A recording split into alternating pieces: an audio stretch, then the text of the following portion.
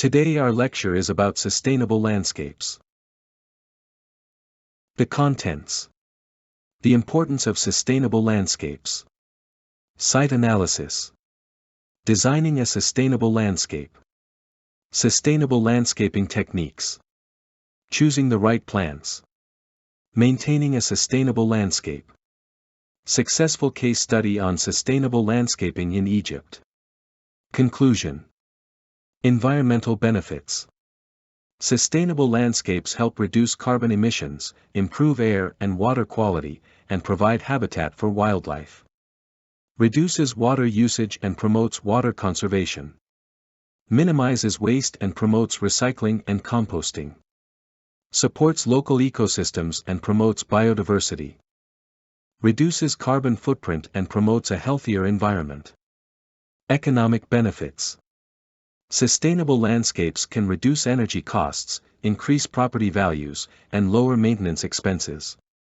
Social benefits. Sustainable landscapes can provide a space for community engagement, outdoor recreation, and education. Site evaluation. Before beginning any sustainable landscape project, it is important to evaluate the site and its surroundings. This includes analyzing the topography, soil quality, existing vegetation, and microclimate conditions. By understanding these factors, designers can create a plan that is tailored to the specific needs and characteristics of the site. Site inventory. A site inventory involves taking stock of all the existing features on the site, such as buildings, trees, and other vegetation.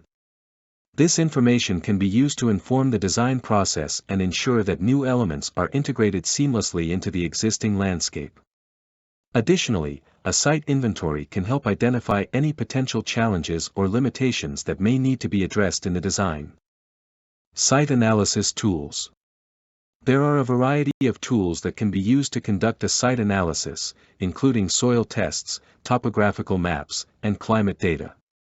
These tools can provide valuable information about the site's characteristics and inform decisions about plant selection, irrigation, and other design elements.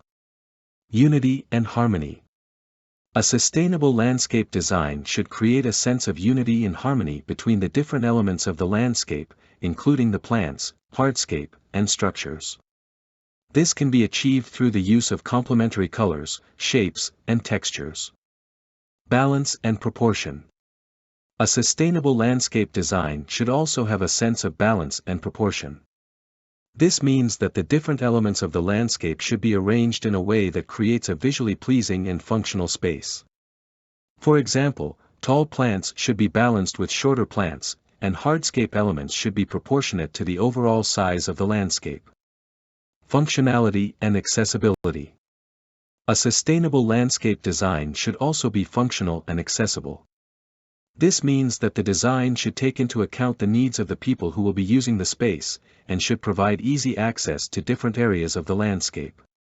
For example, walkways and paths should be wide enough for people to walk comfortably, and seating areas should be placed in locations that offer both shade and sun. Choose native plants. Native plants are adapted to the local climate and require less water and maintenance. They also provide habitat for local wildlife. Reduce lawn area. Lawns require a lot of water and maintenance. Consider reducing the size of your lawn or replacing it with native plants or other ground covers. Use permeable surfaces. Permeable surfaces allow water to infiltrate the soil, reducing runoff and erosion. Consider using permeable pavers, gravel, or mulch in your landscape design. Xeriscaping is a landscaping technique that uses drought-tolerant and native plants to reduce water usage. This technique is especially useful in arid regions where water is scarce, which reduced water usage and lower maintenance requirements. Rain gardens are designed to capture and filter rainwater runoff, reducing the amount of pollutants that enter nearby waterways. These gardens are typically planted with native plants that can tolerate both wet and dry conditions. Composting involves converting organic waste into nutrient-rich soil. This technique can reduce waste and improve soil quality. Permeable pavers. These pavers are typically installed with a layer of gravel or crushed stone underneath to increase drainage. Benefits of permeable pavers include reduced water pollution, increased groundwater recharge, reduced erosion. Choosing the right plants is crucial to creating a sustainable landscape. The following factors should be considered when selecting plants. Climate and soil conditions. Plants should be selected based on their ability to thrive in the local climate and soil conditions. Native plants are often a good choice as they are adapted to the local environment and require less water and maintenance. Water requirements. Plants with low water requirements should be favored to conserve water and reduce irrigation needs. Biodiversity. A diverse selection of plants should be chosen to support local ecosystems and promote biodiversity. This can include flowering plants to attract pollinators, as well as plants that provide habitat for wildlife. Benefits of native plants. Require less water and fertilizer. Are more resistant to pests and diseases. Provide habitat for local wildlife. Examples of native plants. The following are some examples of native plants that are ideal for sustainable landscapes. Purple coneflower. Black-eyed Susan. Butterfly weed. Switch grass. Organic pest management. Avoid using harmful pesticides and instead use natural pest control methods, such as companion planting or introducing beneficial insects. Soil health. Maintaining healthy soil through practices such as composting, mulching, and avoiding the use of synthetic fertilizers can help support a sustainable landscape. Regular soil testing and analysis can also help identify any nutrient deficiencies or imbalances.